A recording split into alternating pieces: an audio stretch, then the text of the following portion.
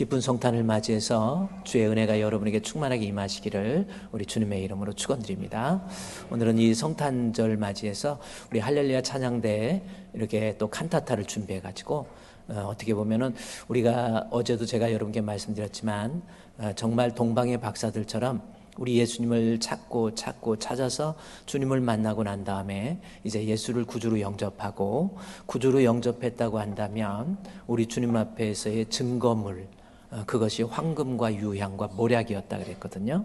그래서 오늘 이렇게 성탄 예배를 드리면서 우리 할렐루야 찬양대가 며칠 동안 연습해서 정말 아름다운 이 찬양을 통해서 우리가 황금과 유향과 몰약을 드리는 듯이 우리의 신앙의 고백을 찬송을 통해서 드리는 이 칸타타 예배로 드리게 됩니다.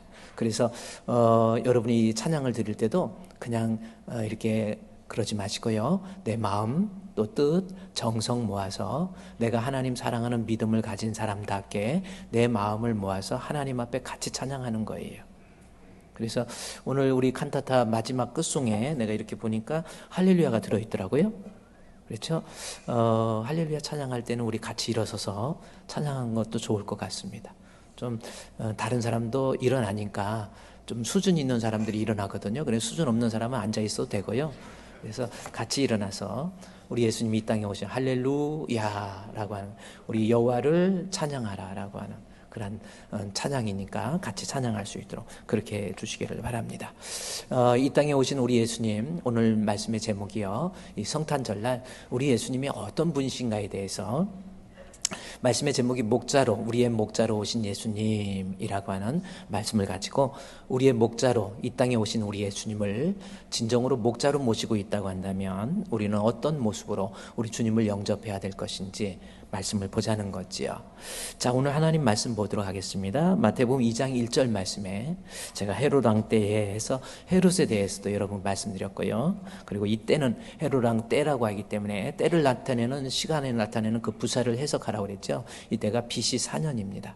그러니까 예수님께서 우리 기원 지금 2023년 이 예수님께서 기원 1세기 1년을 예수님 탄생의 기점으로 이렇게 생각하는 사람이 많아요. 왜냐하면 문자적으로 BC 하면 Before Christ입니다. 예수님 탄생 이전, 그리고 AD, After Divine 해가지고 우리 예수님 하나님의 탄생 이후, 그래서 예수님의 탄생을 기점으로 이렇게 서기를 이렇게 정하죠. 그렇게 해서 보다 보니까 기원 AD 1년이 예수님 탄생으로 보는데 그렇지 않습니다. 헤롯 왕 때가 세계의 역사를 보면 BC 4년이에요. 이때가. 그래서 유대 땅 베들레헴가 BC 4년도에 예루살렘 헤롯 왕 때에 예수님께서 이 땅에 유대 땅 베들레헴에 오셨지요. 그래서 동방의 박사들이 찾아옵니다. 그러면서 2절에 유대인의 왕으로 나신 이가 어디 계시냐, 그러면서 우리가 동방에서 그를 보고 그에게 경배하러 왔노라. 그러면서 유대인의 왕, 헤롯이 유대인의 왕인데 왕의 자리가 뺏길 것 같으니까 헤롯 왕과 온 예루살렘이 듣고 깜짝 놀라고 그랬죠. 소동을 벌였죠.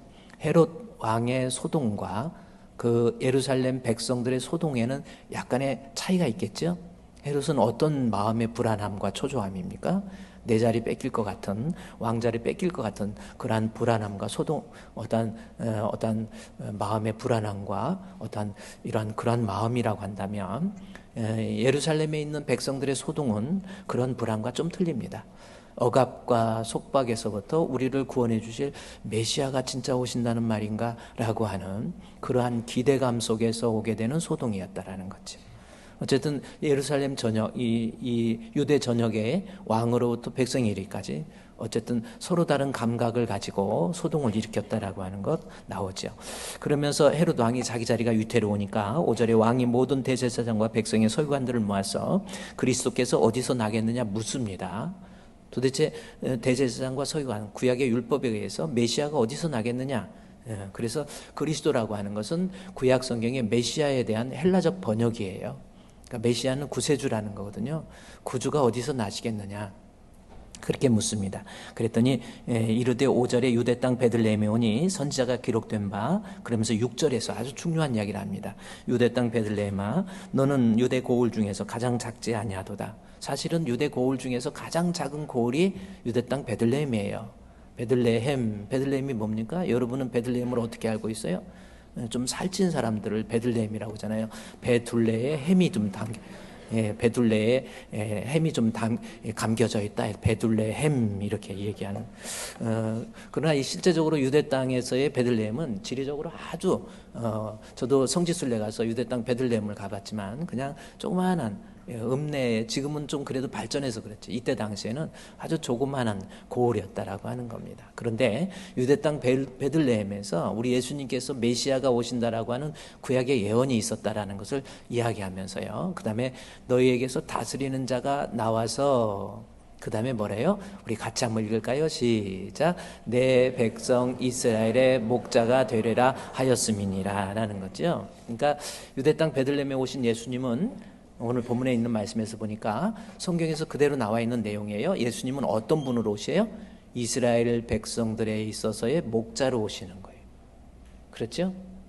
그러니까 우리 예수님이 문자적으로는 그리스도라고 할 때 그리스도는 왕과 선지자와 제사장으로 오셨다라고 하는 것 그랬죠? 문자적으로 하나님께서 기름 부어서 왕으로서 또 선지자로서 제사장으로서, 그래서 선지자로서 이 땅에 오셔서 선지자는 우리 주님으로부터 말씀을 받아서 백성에게 주는 거고요. 제사장은 백성들의 죄를 가지고 가서 하나님 앞에 가서 죄사함 받게 하는 거. 우리 예수님이 그러한 역할을 감당하시고, 예수님은 선택된 백성에 있어서 왕으로서 이 땅에 오셨다고 그랬죠. 그래서 여기 유대인의 왕 그러면서 여기 너희 중에 다스린다라고 하는 말이 나와요. 그래서 예수님은 사실은 우리의 왕이 되셔서 내 마음과 생각을 다스리시고, 그래서 우리 항상 우리 예수님을 진짜 믿으면 예수님이 나의 왕이에요. 내 뜻, 내 생각대로 사는 것이 아니라 예수님이 나의 왕이 되시고.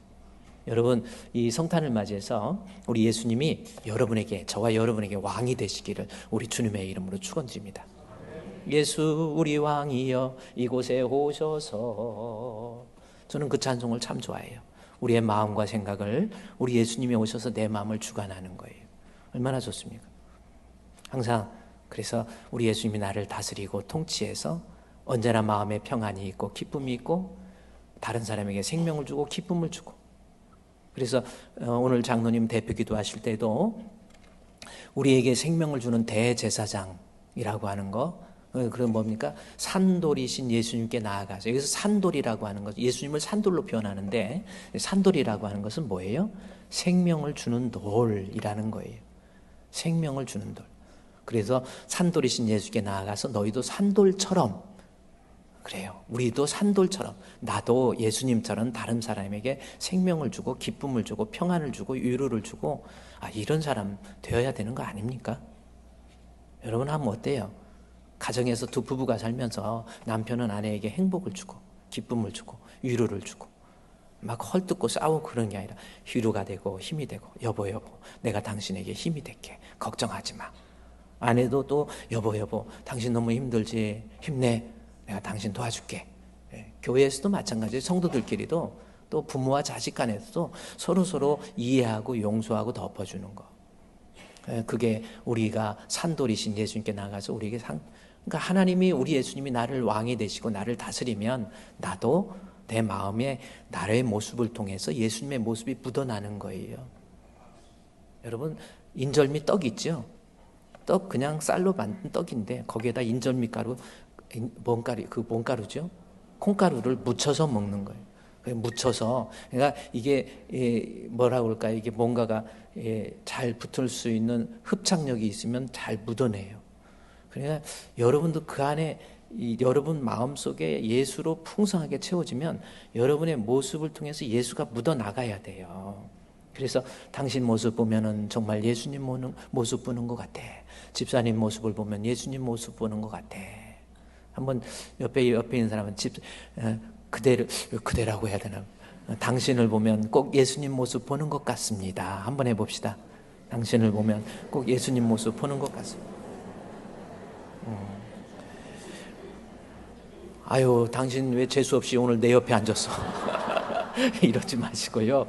항상 당신, 나는 복이 없어서 당신 만나서 뭐 힘들다, 뭐 아니면 아유 나는 당신 내가 구제해 준 거다, 이런 소리 하지 마시고요.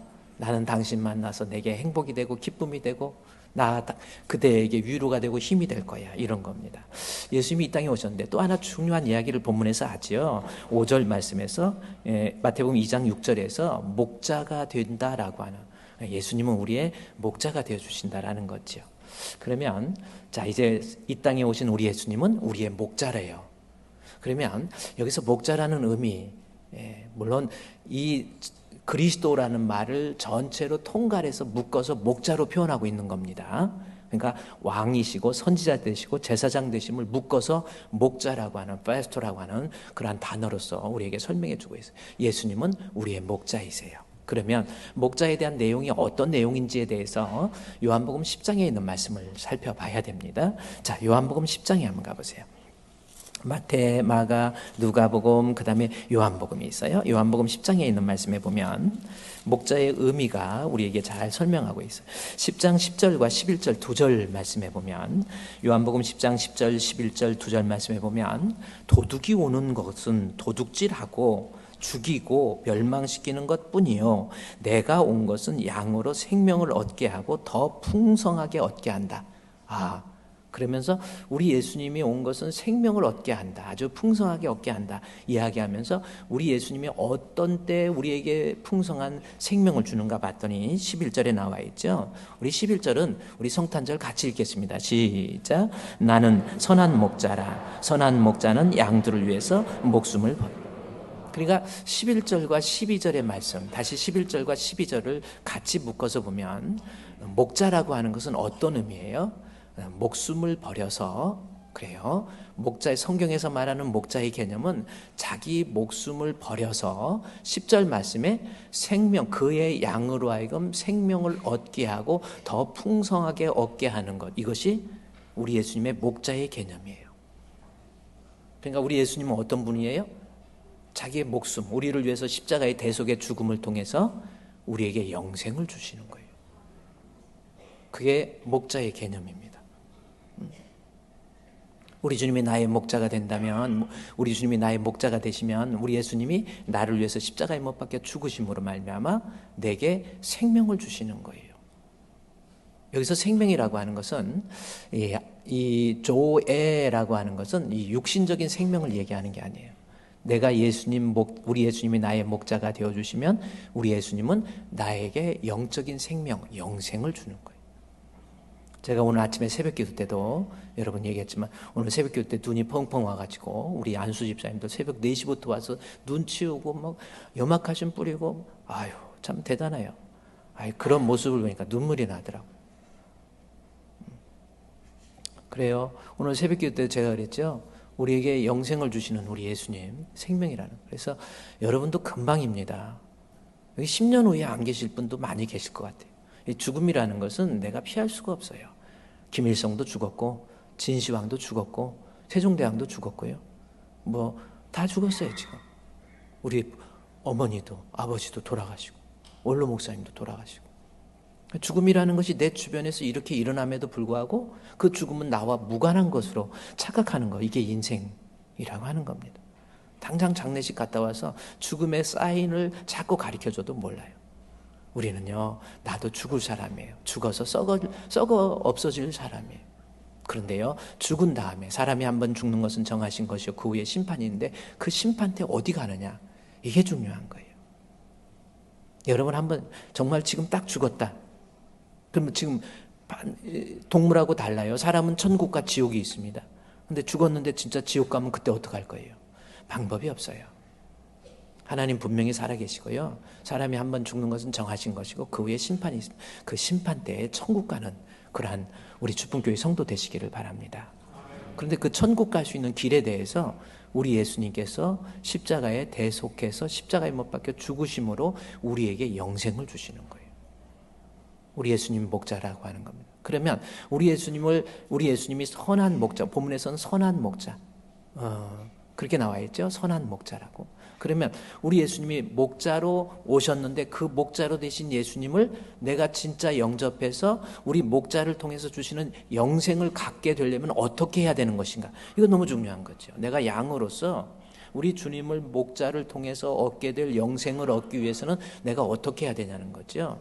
그 방법이 요한복음 10장 26절부터 나와요. 26절, 27절 두 절에 나와 있어요. 우리 한번 두 절을 좀 묶어서 우리 방송실에서 만들어줬으면 좋겠는데, 요한복음 10장 10절, 요한복음 10장 26절, 27절 말씀해 보면, 선한 목자 되신 우리 주님, 우리에게 영생을 주기 위해서 오신 우리 예수님 앞에 내가 양이 되어서 우리 주님의 목자 안에서 약속한 복을 누리기 위해서는 어떻게 해야 되냐는 거죠. 첫 번째는 26절 말씀에 너희가 내 양이 아니므로 믿지 아니하는도다, 이 말씀이 있습니다.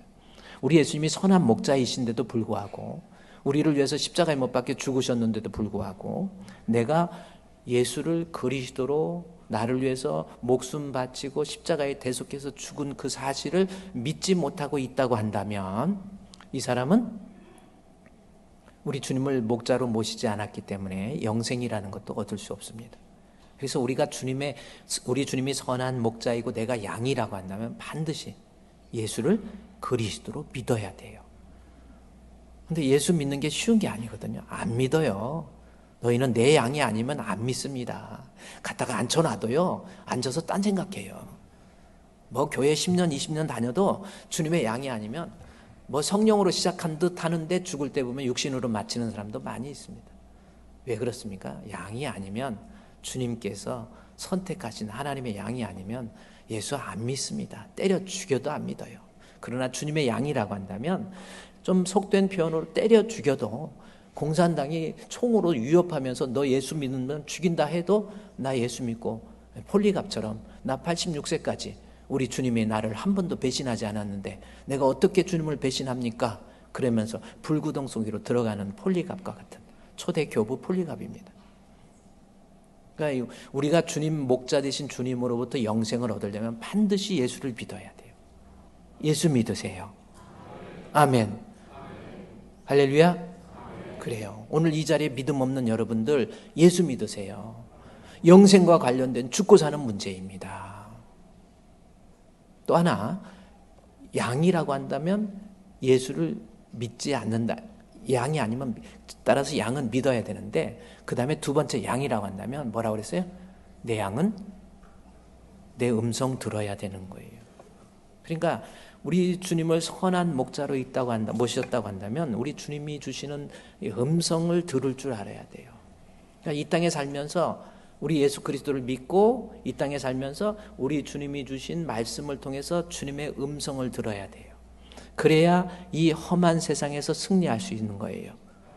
목자의 음성을 듣기 싫어하면 딴 길로 가다가 보면 인생 실패하는 거, 영생을 잃어버립니다. 방탕이 나오죠. 목자의 음성 싫어서 먼 길로 나갔네. 그 다음에 방탕한 이 몸과, 그렇죠. 방탕할 수밖에 없어요. 주님의 음성 아니면, 주님의 말씀 아니면 이 험한 세상 못 이겨낸다니까요. 그래서 목자의 음성을 들을 줄 알아야 돼요. 세상에 살면서 우리 주님이 주신 말씀 집중해서 말씀 듣고 은혜 받고 깨달아. 그게 영생을 얻는 길이라니까요. 예배 시간 자꾸 빠지고 그런 거 아닙니다. 툭 하면 예배 빠지고 아무것도 아닌 것 같고 오해하고 불평하고 짜증내고 뭐 이런 거 아니에요. 내가 주님의 양이 된다면 우리 주님이 주시는 음성을 들어야 돼요. 그런데 또 하나 중요한 것은 음성은 음성인데 누구의 음성이라고 했어요? 내 양은 누구의 음성? 내 음성 들어야 돼요. 이것은 하나님 말씀에 대한 영적 분별력을 얘기하는 겁니다.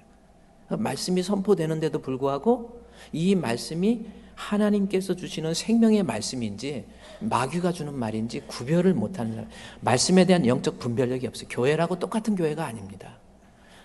좀 표현이 그렇지만 목회자가 무식해서 성경 엉터리 방터리 성경 해석학적 원리도 모르고요, 그냥 폼 잡고 가운 입고 막 주여 여러분 아십니까 이런다고 되는 게 아니에요.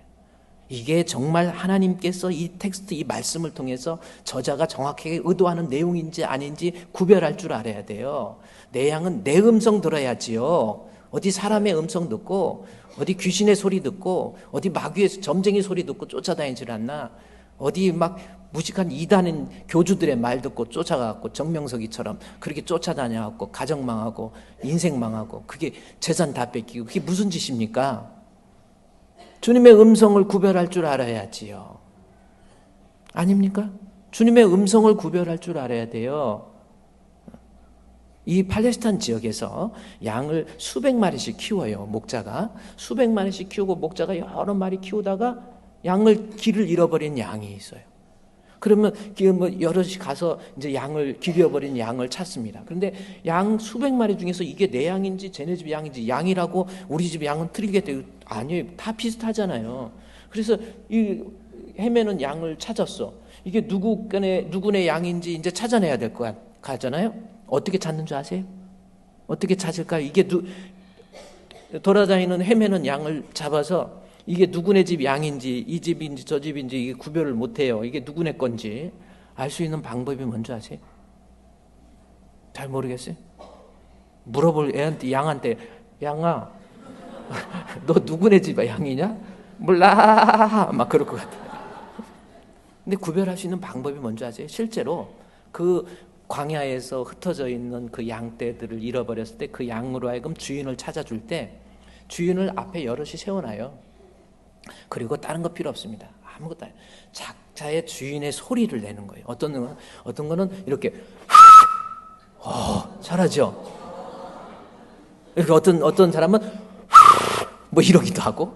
그런데요, 이 양이 어리석은 것 같아도 자기 주인의 음성을 정확히 알아요. 그래갖고 여러 주인이 섞여 있어도 이리 와 해도 오는 듯 하다 지 주인 아니면 돌아가다 결국은 자기 주인 찾아서 가는 거예요. 우리가 이 세상 살면서요, 마찬가지예요. 어리석은 목회자들, 어리석은 이단 교주들, 이런 것들 얼마나 많습니까? 왜 말씀을 분별하지 못해요? 내 양은 내 음성 들어야 돼요. 양질의 말씀. 정말 기독교라고 하는 것이 위로나 받고 적당하게 내가 평안이나 누리고 말씀 듣고 망령되고 허탄한 신화를 버리고 오직 경건에 이르기를 연습해야 되는데, 그럴듯하게 말해갖고 사람들 모아놓고 쇼하고 다니는 목사들 많이 있습니다. 그런 속에서 정말 이게 내 생명을 살리는 생명의 말씀인지 아닌지 구별할 줄 알아야 돼요. 툭하면 나 교회 안 다녀. 아유, 교회 딴 교회, 그 교회가 그 교회. 그 교회가 그 교회 아니요. 주품교회가 좋은 교회예요. 재수 없어요? 아니잖아. 주품교회 좋은 교회. 세계를 주품으로. 주품교회. 우리 교회. 할렐루야. 그래, 목자는 양은 주님의 음성을 들어야 돼.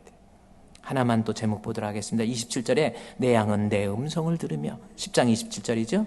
그 다음에 나는 그들을 알며 그들은 나를 뭐 한다고 그랬어요? 따라가는 거예요. 이제 인생 살면서 우리 주님, 내 양은 우리 양이 아니면 예수 안 믿습니다. 예수님 믿고 우리 주님이 주신 음성을 분별하면서 주님의 음성을 듣고 그 다음에 따라가는 거예요. 여기 따른다라고 하는 것은요, 힘들어도 어려워도. 그래서 마태복음 16장 24절 말씀에 보면은 그 말씀이 있죠. 아무든지 나를 따르려거든 자기를 부인하고 자기 십자가 지고 쫓아가는. 힘들어도 어려워도 내가 주님의 양이라고 한다면 주님 따라가야 돼요. 아무든지 나를 따르려거든, 따라합시다. 아무든지 나를 따르려거든 자기를 부인하고 자기 십자가를 지고 따를 것이다 그랬잖아요. 그랬잖아까지 따라한 사람도 있어. 그러니까 여러분, 이제는 그래요. 십자가의 길, 우리가 살아가는 이 모습이요, 쉬운 게 아닙니다. 예수 믿는 것도 쉬운 거 아니에요.